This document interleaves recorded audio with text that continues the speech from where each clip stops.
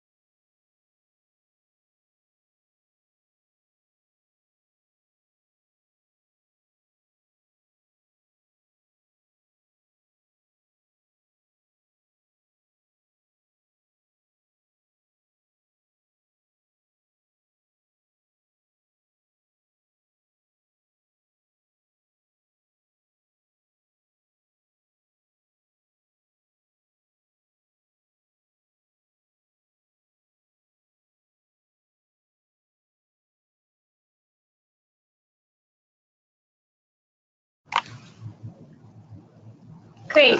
I think we might as well go ahead and get started. Again, welcome to the fourth webinar in the 2018 Climate Tracking and Transparency webinar series. The World Resource Institute's Tracking and Strengthening Climate Action Initiative, together with the Partnership on Transparency in the Paris Agreement, are pleased to launch the series as we explore critical topics to support domestic transparency systems. These webinars feature presentations and interactive discussions among experts, practitioners, and national government representatives. So on today's webinar, first I'll provide some basic instructions for participation in the webinar system, and then I'll provide a brief overview of the TASCA project and the PAPTA initiative, and then we'll introduce the panelists. Following the introduction, we'll hear from two panelists today who will share their views on the Adaptation Finance Accountability Initiative. And presentations will be followed by a short question and answer session where attendees will be able to submit questions directly to the panelists.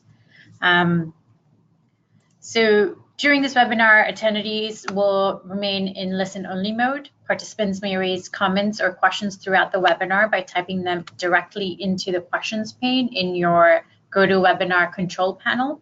If you're having trouble with audio or video, please send a message to Beth Elliott at beth.elliott@wri.org, who's running today's webinar, and her email address is at the bottom.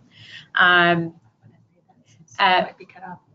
Yeah, and that might be cut off for you, so that again, that's Beth, B-E-T-H Elliott, ELLIOTT @wri.org.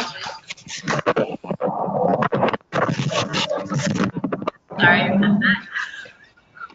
We just had a little bit of an audio interference, but that's okay.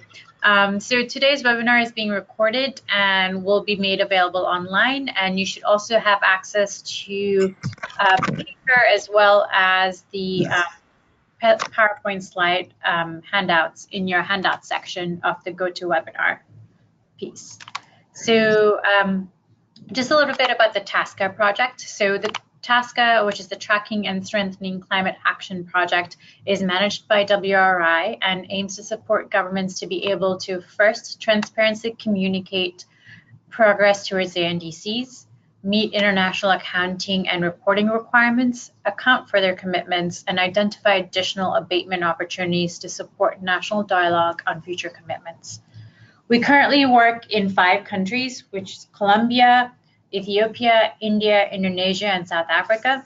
And specific activities depend on each country, but lessons learned and resources developed are shared globally. In addition to our in-country work, TASCA actively supports enhancing international transparency. We provide timely research and analysis to support the negotiations and convene dialogues and discussions with country parties to consider different options. We're also developing new tools to support analysis for decision-making and tracking implementation. And this is in conjunction with the Partnership on Transparency in the Paris Agreement, which was launched in 2010 by the governments of South Africa, Korea, and Germany. And all of our resources that we developed through the TASCA project are also available at the PAPTA, through the PAPTA initiative as well.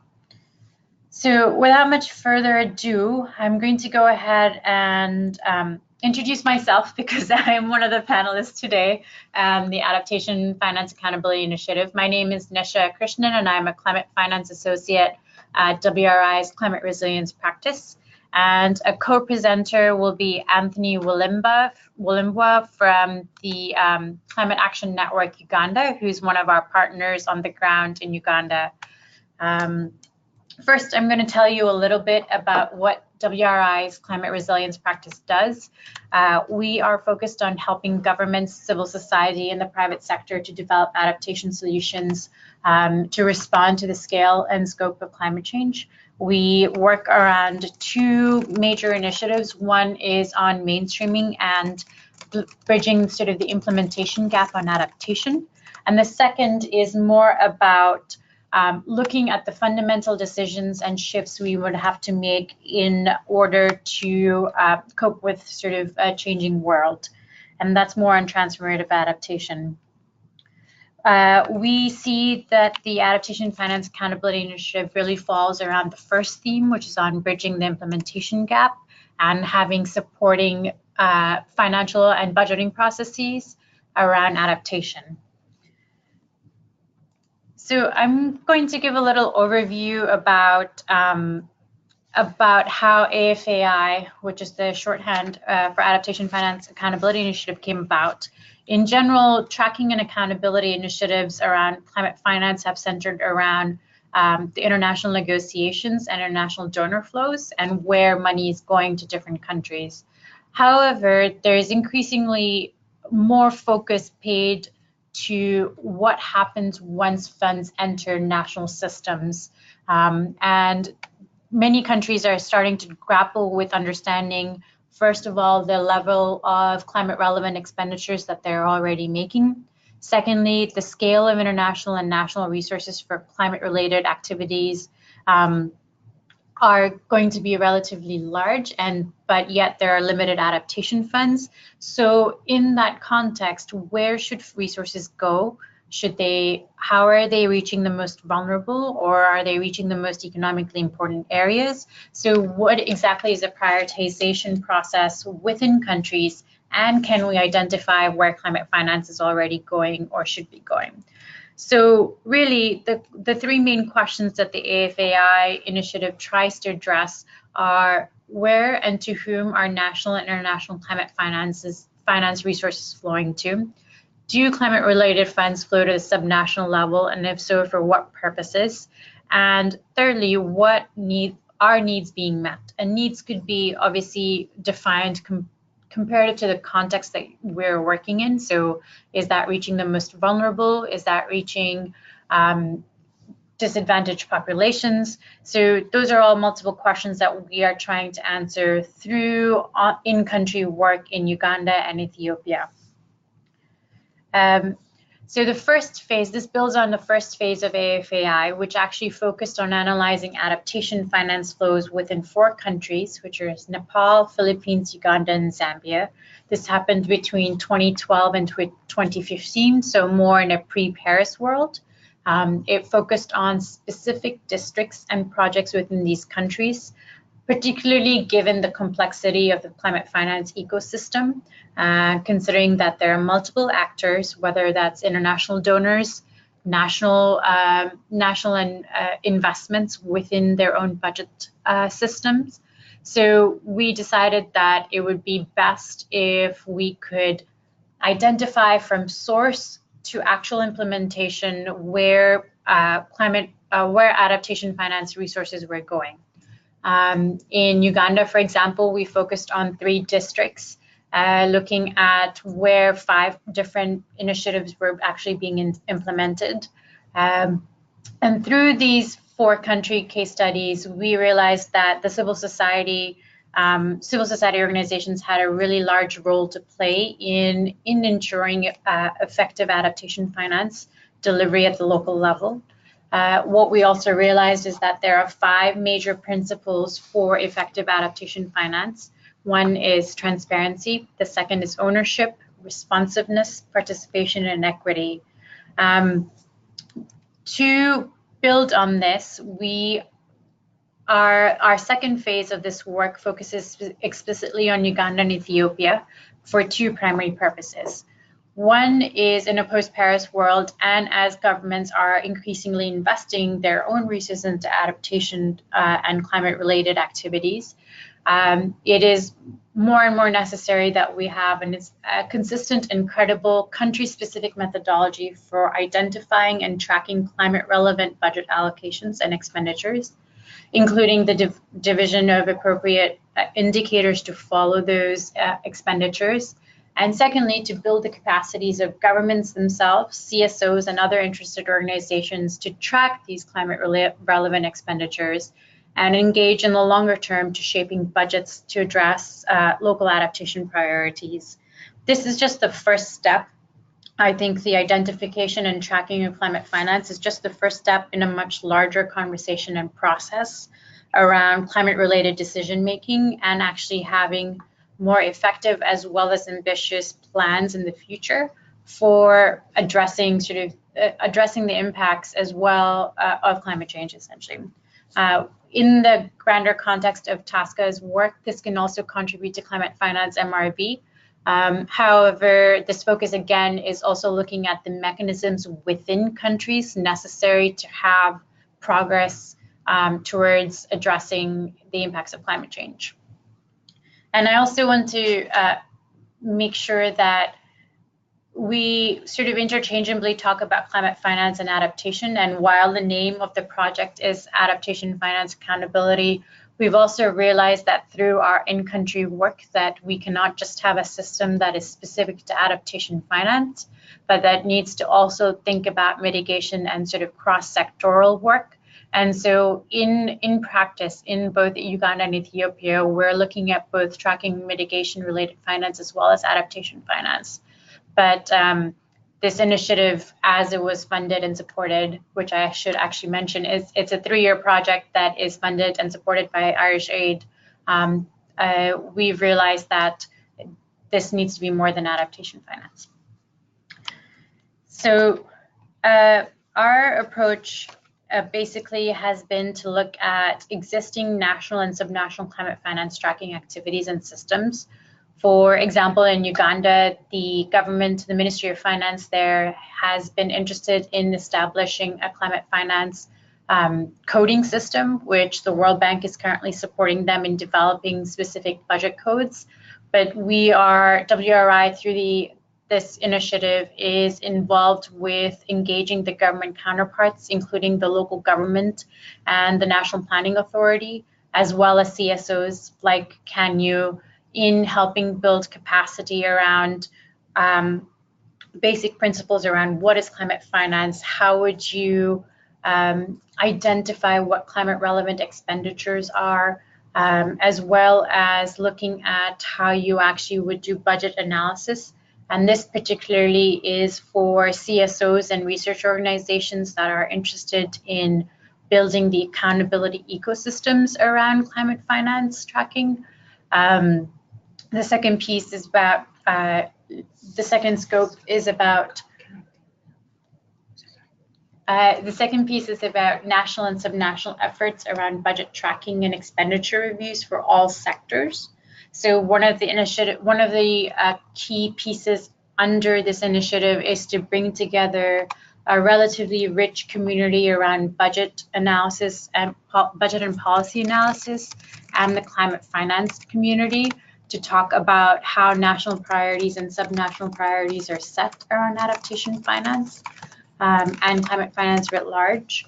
The second piece of this initiative looks at identifying the entry points for engaging necessary partners. For example, in Ethiopia, the Climate Resilient Green Economy Facility looks at basically is the main mainstreaming system in Ethiopia for particularly mitigation actions, as well as a new NAP that will hopefully soon be released around adaptation actions. So who are the necessary actors within those systems that need to be engaged to understand climate finance tracking, whose capacity needs to be built to be able to do budget tagging and relevant expenditure reviews. So we are focusing currently on identifying those necessary partners and entry points in these larger government systems. Again, because we are focused on looking at subnational expenditure around climate finance, we are also looking to engage regional as well as district governments, so district governments in Uganda and regional governments in Ethiopia. And the third and the sort of larger piece here is to really co-define the notion of climate finance. Here again, I think one of the things that we're coming up against is this need to look much farther and larger than adaptation finance itself, that we're looking at climate finance writ large for the context that we are working within.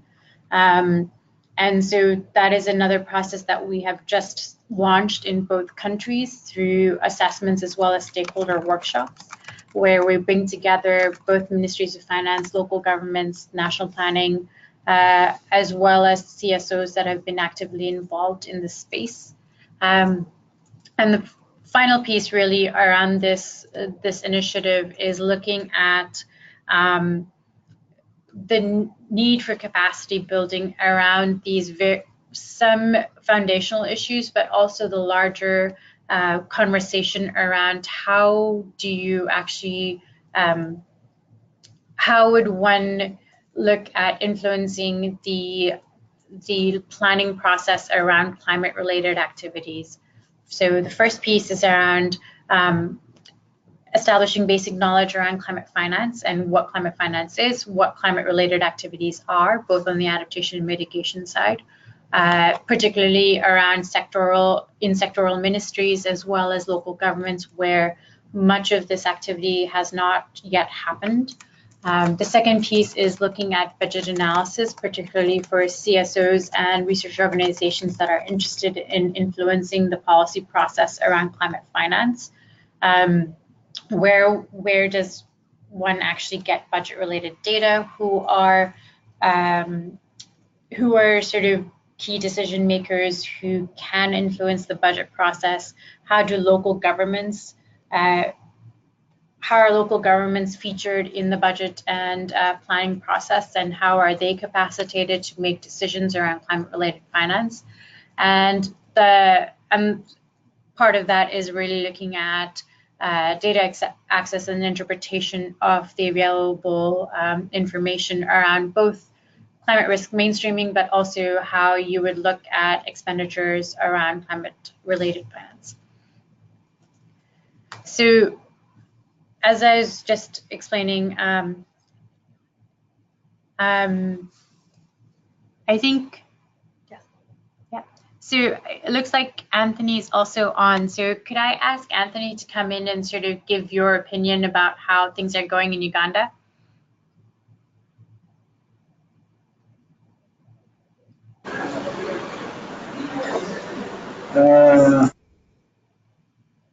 Can you hear me? Yes. Yes, if you can hear me, that's great.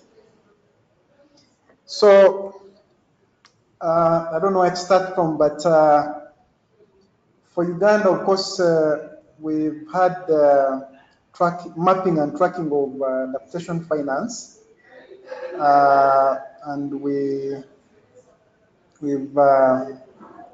of course produced some products, some reports on the adaptation finance flows, and I mean from the international to national, and then within the country.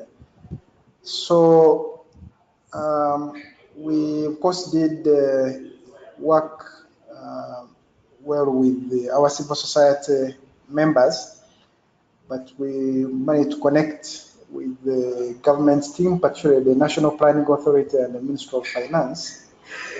They are very much interested in the work that we are doing, because as you know, tracking money or finance basically on climate-related issues or generally projects, it's very difficult to actually get data here in Uganda. So the first work that we did was it gave us good lessons, and I cannot tell you the government actually appreciated the work that we did, and as I speak now, the planning authority is trying to also do some tracking around budgets, and also I think some donor inflows.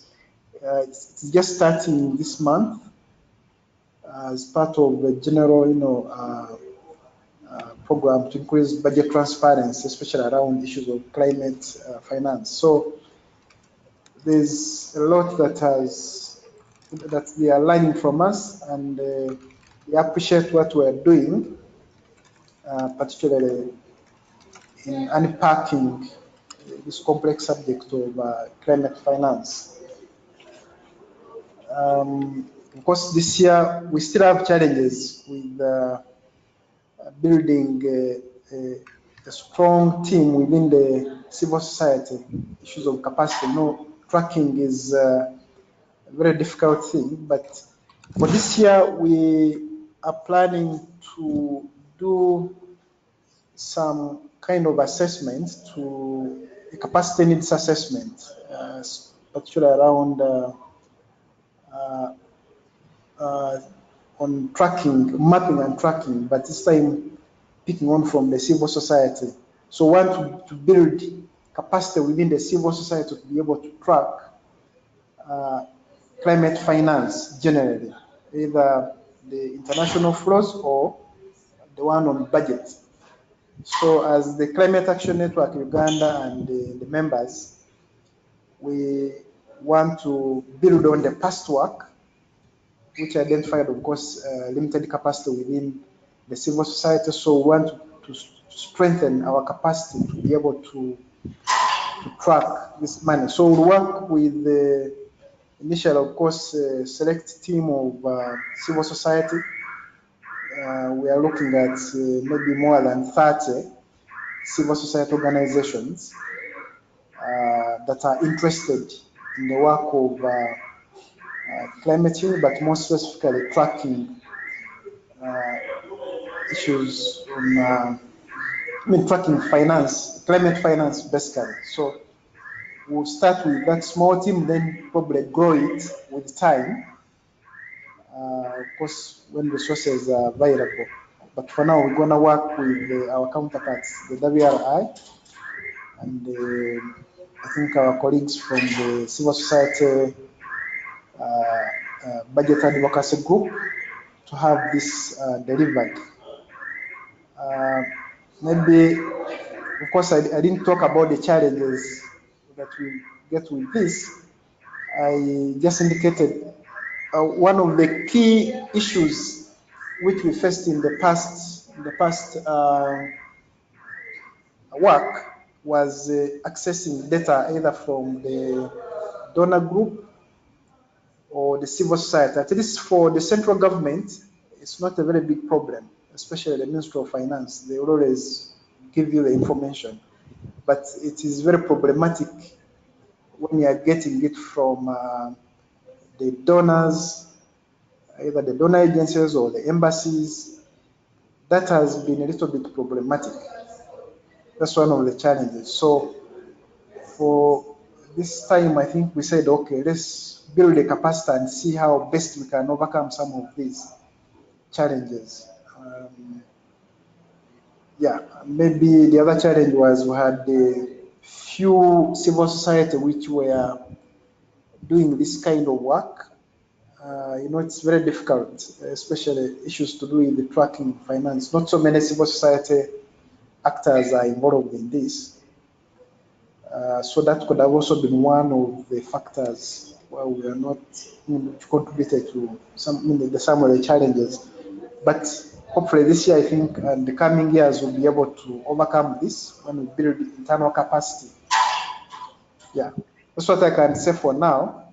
Yeah, thank you, Anthony. That was really useful. I think one of some of what we're trying to do in this second phase of AFAI is to build on some of the lessons learned from that first phase, which really did highlight the pretty important role of CSOs in tracking finance, but also in terms of bridging the capacity gap, both in governments as well as within CSOs, to look at these issues in a more holistic fashion. One of the things that Anthony brought up, which is also relevant, I think, to some of the questions that might come up, is the role of sort of off-budget support. Which is sort of the second point in the slide that you're looking at right now, which is what are the mechanisms actually used to deliver climate finance at the local level. Most public and national finance goes through national budgets, and so you should be able to see them, say, through budget mechanisms. But quite a lot of even national finance as well as donor finance goes through off-budget sort of activities where information is not necessarily available or accessible to consistently track this information or data or analyze their initiatives over time, which is one of the things that I think will continue to struggle with as there are differing transparency mechanisms and different transparency systems and I guess criteria associated with them. And so one of the pieces that we're focusing both on Ethiopia and Uganda is to map this off sort of budget flows where donor activities as well as international activities go straight to CSOs or to NGOs to implement, bypassing government systems. So that's one of the things that we would really need to grapple with, given the scale of investment that might already be happening outside of national resources and national systems. And even in that sphere, what is the common sort of definition of climate finance that can be applicable both against these other activities as well as through national budgets? And so that's one of the pieces that we are really struggling with right now in both countries, is to build sort of the common understanding of what is climate relevant finance. And that is actually one of the key activities that will inform both government training as well and capacity building, as well as CSO capacity building around these issues.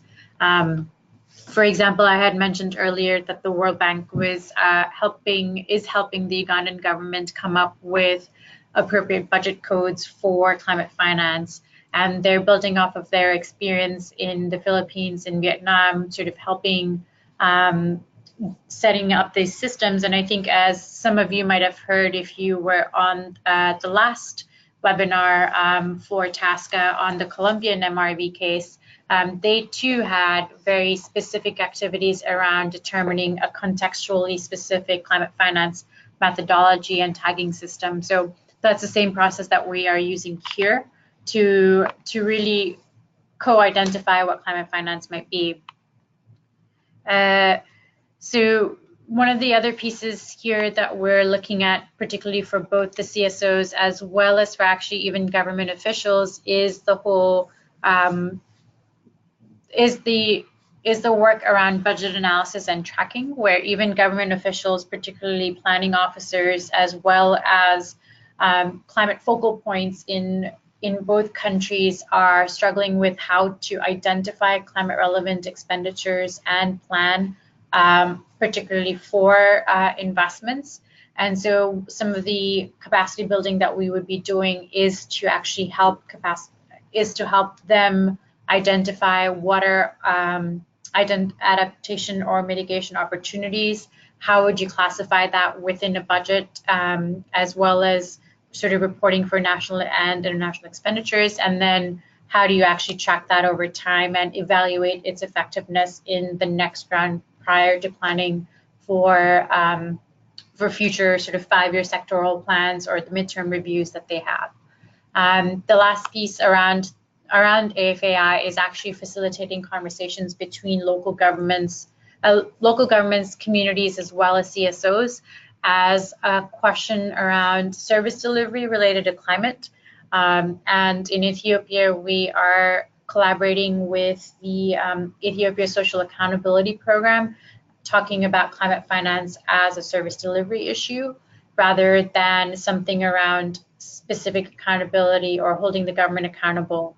And one of the reasons that we are doing that there is because of sort of the political economy situation around accountability and transparency in many countries is not necessarily something that the government is very supportive of. And so it is also thinking about how do you actually have a more nuanced conversation about climate-related activities and finance tracking that is more in line with long-term development trajectories, rather than an additional activity around just accountability and holding governments sort of accountable for their actions. So so that was sort of the piece around national political economy that I was just talking about with relation to Ethiopia. The other piece that really AFAI is trying to push for is how can the results of such tracking and analysis actually be integrated into planning and longer term decision making, and how can such actions around identifying climate finance and tracking it be actually scaled and sustained over time, both in the government and in larger communities. So does this result in an annual or biannual climate relevant expenditure reviews, which some countries have already started instituting? Who has the capacity within the governments to actually do such analysis, which is what we're hoping to help build, as well as within the larger CSO community. I think with that, we could go to answer some questions. I think some questions have come up around budget tracking. So one of the first questions was about how does the coding system for climate tracking in Uganda work in practice, especially from a public budget and finance received by NGO and private actors. So one of the pieces that I think I just talked about was the fact that the climate tracking system in Uganda hasn't been implemented yet. So the work that the World Bank is doing will be ready by next February, if I'm not mistaken, in time with the next budget cycle.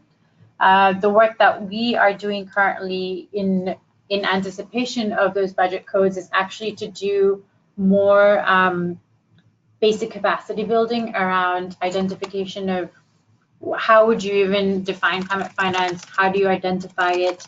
Where would be the data necessary for you to actually analyze such sort of financial flows? The other piece here is also actually building training modules for local governments as well as the Ministry of Finance on these principles, on tracking and identifying climate finance, as well as building the training module in conjunction with the World Bank on how do you actually apply these codes and validate these codes in the next budget cycle.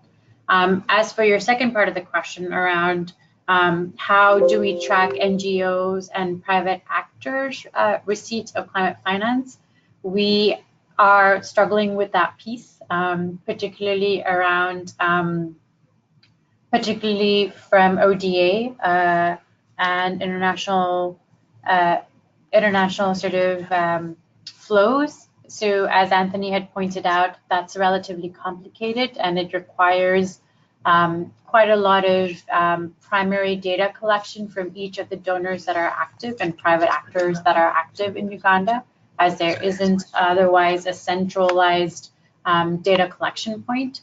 So that's one piece that I think we haven't really cracked the nut about. So we've been really focusing on public finance rather than private finance there. Are there any other questions that we could, or any comments as well?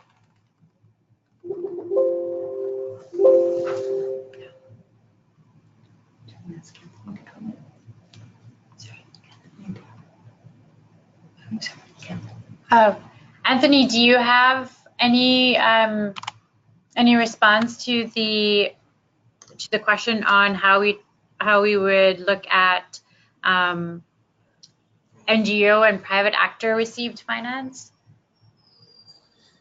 Of course, as I indicated before, we used to have internally. We used to have some voluntary reporting, which the climate change department in Uganda would ask actors to report on the support or the finance they've received for a particular year, and then that would be included in the climate actors landscape. But of course, it is voluntary. There have been some attempts for some of the civil society. Private sector may be a bit difficult as well, but some of the civil society, especially international ones, have attempted to, indicate some of the work they are doing and some budget figures. But it's not something that is very easy. Probably maybe it needed some bit of working with, like-minded civil society organizations and then building it on from there as a good practice. But there have been some attempts, though it is still very difficult for institutions to report. Probably maybe with the new law coming into place, it could be one of the key issues, like if you want to work with the department, that you have to declare, like we normally declare to donors, they'll ask you a question, what have you done in the past? So probably something like that could come up if you want to do like partnerships with the climate change department. But I know there's a voluntary mechanism for non-state actors to report. The other mechanisms is now into the what's called the joint sector performance review. There you find non-state actors, especially the CSOs, are reporting voluntarily but that needs to be, like enhanced now.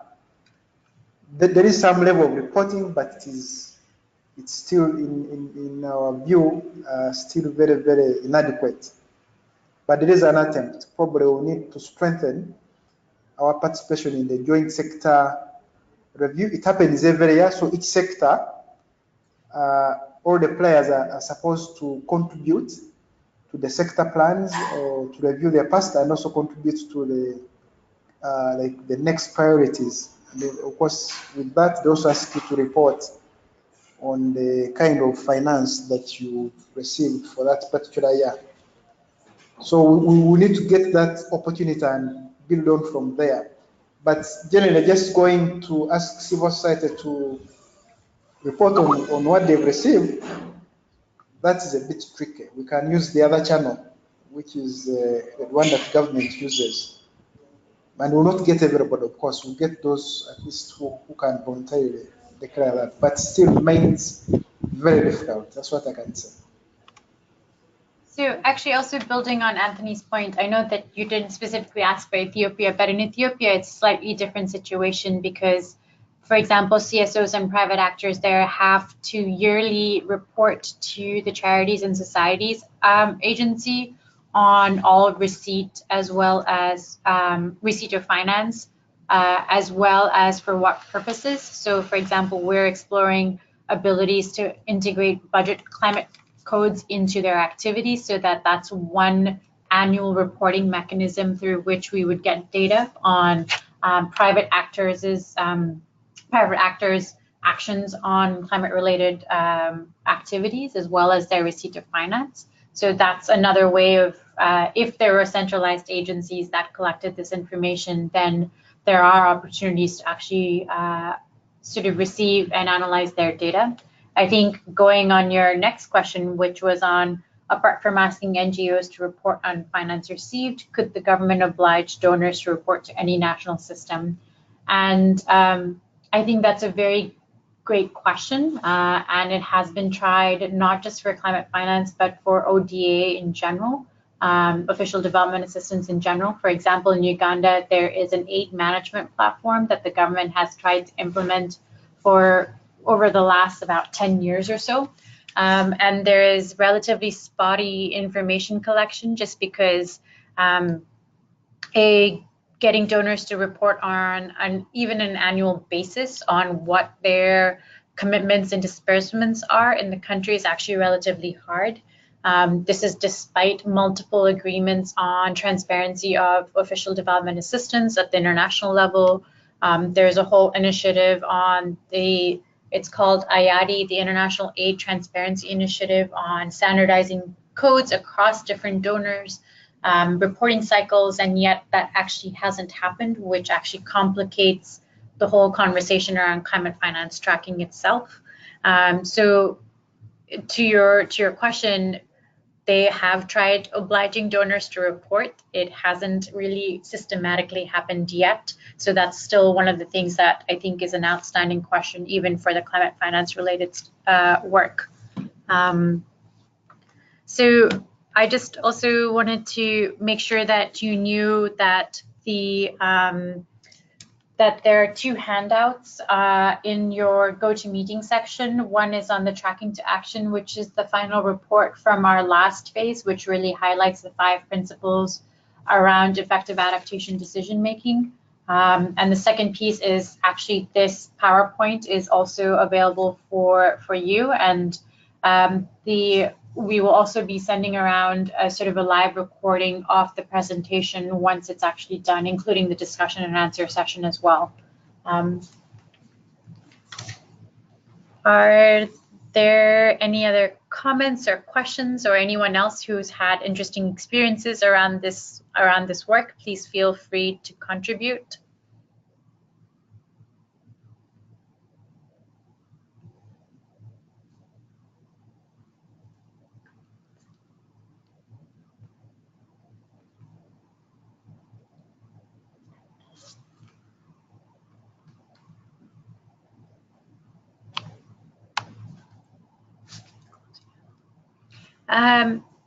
If there are no other comments. I'm going to pass this on to Cynthia Elliott, who is leading the TASCA program here at WRI. Hi, thanks, Nisha. And Pauline, if I could ask you to just bring up the last slide with the webinar list, that would be much appreciated. So first, I'd just like to thank Nisha and Anthony on behalf of TASCA and PAPA.